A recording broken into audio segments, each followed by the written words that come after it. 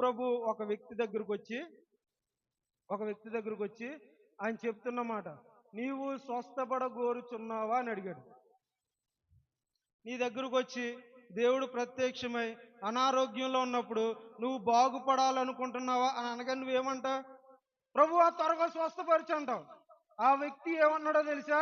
ఇది నువ్వు స్వస్థపడగోరుచున్నావా అంటే చెప్పవలసిన మాట ఏంటో తెలుసా? ప్రభువా స్వస్థపరచు అనవలసిన వ్యక్తి ఏమన్నాడో తెలుసా? నేను కోనేట్లో దిగుటకు నాకు ఎవడు లేడు, సహాయం చేసేవాడు ఎవడు లేడు అంటే ఆ మాటలో అర్థం ఏంటో తెలుసా? నేను ఒంటరిగానే ఉన్నా, నేను ఒంటరితనంతో బాధపడిపోతూ ఉన్నా, ఒంటరితనంలో కుమిలిపోతూ ఉన్నా, నాకు సహాయం చేసేవాళ్ళు ఎవరైనా ఉంటారని ఈ 38 సంవత్సరాల్లో ఒక్కడు కూడా నాకు సహాయం చేయలేదు. నాకెవడు సహాయం చేయట్లా, నా బంధువులు చేయట్లా, నా స్నేహితులు చేయట్లా, నా రక్త సంబంధులు చేయట్లా, నేను కట్టుకున్న భార్య చేయట్లా. నేను ఒంటరి వాడినిగా 38 సంవత్సరాలు ఇక్కడే పడున్నా. అంటే ఎంత జీవితాన్ని వ్యర్థపరుచుకున్నాడో ఆ ఒంటరితనంలో. అంటే ఒంటరితనం ఒక వ్యక్తి సమయాన్ని ఖచ్చితంగా పాడు చేసేస్తుంది. నేను అంటాను, ఈ 38 సంవత్సరాల్లో ఒక్కరోజు కూడా సంతోషాన్ని అనుభవించలేదు. ఆ లోయలో పడినోడు బాగుపడి వెళ్ళిపోతా ఉంటే వాడిని చూసి ఎవడన్నా వచ్చి నన్ను దింపితే బాగున్ను, ఎవడన్నా వచ్చి నాకు సహాయం చేస్తే బాగున్ను, ఎవడో ఎవడో ఎవడో ఎవడో అని ఎవడి మీదో ఆధారపడిపోయి తన జీవితాన్ని ఏం చేస్తున్నాడో తెలుసా? దుఃఖంలో, ఒంటరితనంలో గడిపేస్తున్నాడు. ఈరోజు దేవుని వాక్యం చెప్తుంది, ఎవడి మీద ఆశలు పెట్టుకోకు, ఎవడి మీద ఆశలు పెట్టుకోకు. వీడు నాకున్నాడు, వీడు నన్ను చూసుకుంటాడు, వీడు నా జీవితాన్ని సరిచేస్తాడు అని అనుకున్నావనుకో, వాడే నీకు ఒంటరితనాన్ని మిగిల్చుతాడు. వాడే ఒంటరితనాన్ని నీకు పరిచయం చేస్తాడు. ఎవడో వచ్చి నాకు సహాయం చేస్తాడు అనుకున్నాడు, ఎవడూ రాలా. నువ్వు కూడా ఎవడి మీద ఆధారపడకు. దేవుని వాక్యం ఎవడి మీద ఆధారపడ్డాడు కాబట్టి ఎన్ని సంవత్సరాలు గడిచినాయి? 38 సంవత్సరాలు గడిచినాయి. ఆ ఒంటరితనంతోనే బాధపడ్డాడు. ఎవడి మీద ఆధారపడకుండా నువ్వు బ్రతికితే ఖచ్చితంగా దేవుని జీవితంలో ఒంటరితనం లేకుండా చేస్తాడు. లోకంలో ఒక సామెత ఉంది, ఎవడో వస్తాడు ఏదో చేస్తాడు అని ఎదురు చూస్తారంట. నేను అంటాను, ఎవడో వస్తాడు ఏదో చేస్తాడని కాదు, నీవు ఎవరి మీద ఆశ పెట్టుకోకు. ఇంకో మాట చెప్పనా? నీ కూతురి మీద కూడా ఆశ పెట్టుకోకు, నీ కొడుకు మీద కూడా ఆశ పెట్టుకోకు. నేను మరి ఇంకో అడిగే చెప్పనా? నీ భర్త మీద కూడా ఆశ పెట్టుకోకు. ఈరోజు ఈ సంబంధాలు తెగిపోతూ ఉన్నాయి. ఈరోజు ఈ సంబంధాలు విచ్ఛిన్నమైపోతూ ఉన్నాయి. ఎవడి మీద అయితే నువ్వు ఎక్కువగా ఆధారపడుతున్నావో వాడే నిన్ను ఒంటరి వాడిగా చేసేస్తా ఉన్నాడు. నేను అంటాను, నువ్వు ఎవడి మీద ఆధారపడి వాడికి దోచిపెట్టనవసరంలా. అవసరంలా. నీ దగ్గర ఉన్నది సాధ్యమైనంత వరకు దాచుకుని నిలవ పెట్టుకో. ఆ దాచుకున్నది రేపొద్దున దేవుడు ఎవరొకరు పంపించి నీకు సహాయం చేస్తాడు. ఈ నన్ను చూస్తాడని ఉన్నదంతా ఆడికే కూడబెట్టించావనుకో, రేపొద్దున వాడు నిన్ను ఒంటరిగా పడేసి వెళ్ళిపోతాడు. ఒక ఆవిడ అడుక్కుండా తిరుగుతా ఉంది. ఆవిడ చెప్పిన మాట ఏంటో తెలుసా?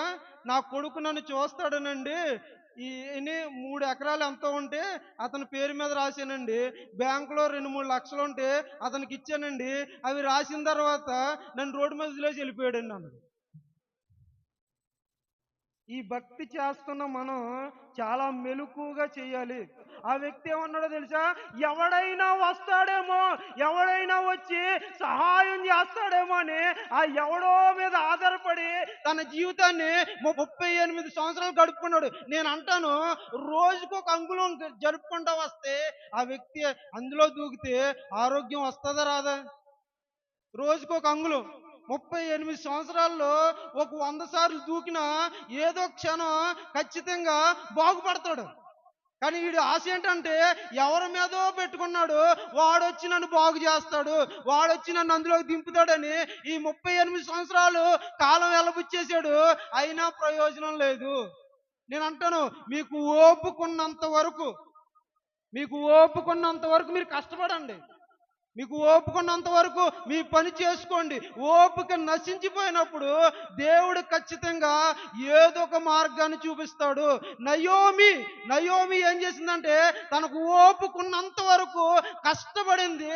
ఓపిక సడలిపోయిన తర్వాత దేవుడు ఏం చేశాడో తెలుసా? రూతును పంపించి ఇంట్లో కూర్చోబెట్టి మరీ పెంచాడు. దేవునికి స్తోత్రం కలుగును గాక.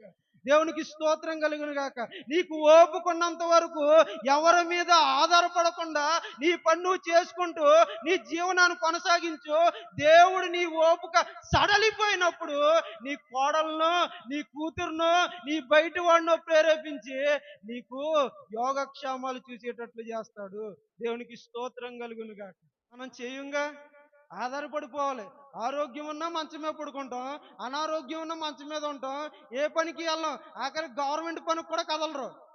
తిన్నాం తిన్నాం తిన్నాం తిన్నాం ఇంక ఈ తింటానే ఉంటే నీకు నీరసం పడినప్పుడు నిన్ను ఎవడు పట్టించుకుంటాడు? 38 సంవత్సరాల నుంచి ఒక్కడి మీదే ఆధారపడిపోయాడు. ఎవడో వస్తాడు, ఎవడో వచ్చి ఏదో చేస్తాడని ఆడి మీదే ఆధారపడిపోయాడు. ప్రయోజనం లేదు. దేవుడొచ్చి పూనుకున్నంత వరకు ఆ వ్యక్తి బాగుపడలేదు.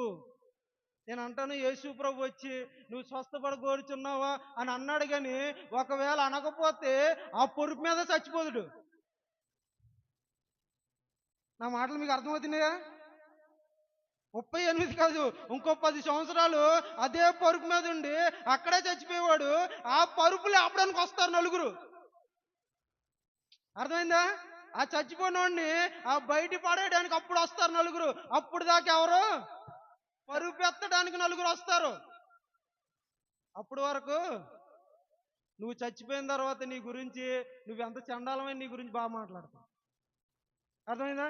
ఏమంటున్నాడంటే ఎవడైనా వచ్చి నాకు సహాయం చేస్తాడు అనుకున్నాడు. ప్రభు ఏం చేస్తున్నాడంటే ఎవడో కాదు, ఇదిగో నేనే వచ్చా. నువ్వు స్వస్థపడ కోరుచున్నావా? అయ్యా స్వస్థపడ, నీ పరుపెత్తికి నెల్లు. అప్పుడు కూడా ఎవడి సహాయం తీసుకొని అనలేదు. ఏమన్నాడు తెలుసా?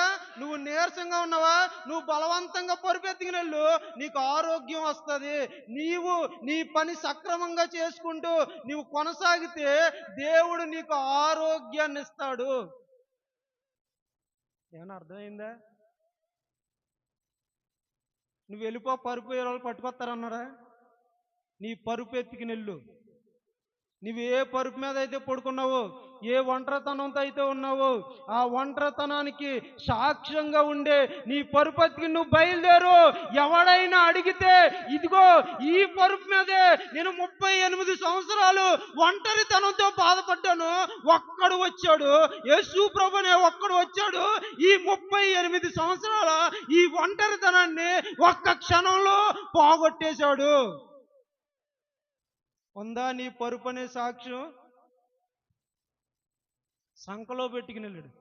ఒరే ఈ పరుపు ఏంట్రా సంకలో పెట్టుకొస్తున్నాడు, నీకు తెలియదారా? ఈ పరుపు మీద 38 సంవత్సరాలు ఉన్నా. ఈ పరుపు మీదే ఎవడో వస్తాడు, ఏదో చేస్తాడని ఎదురు చూసా. ఈ పరుపు మీద ఉండి ఎవడో రాలేదు.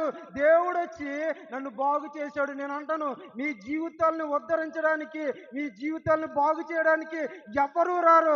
ఎవరైనా జాలిపడి వచ్చేది ఉన్నదంటే అది దేవుడు ఒక్కడే. దేవునికి స్తోత్రం కలుగును గాక.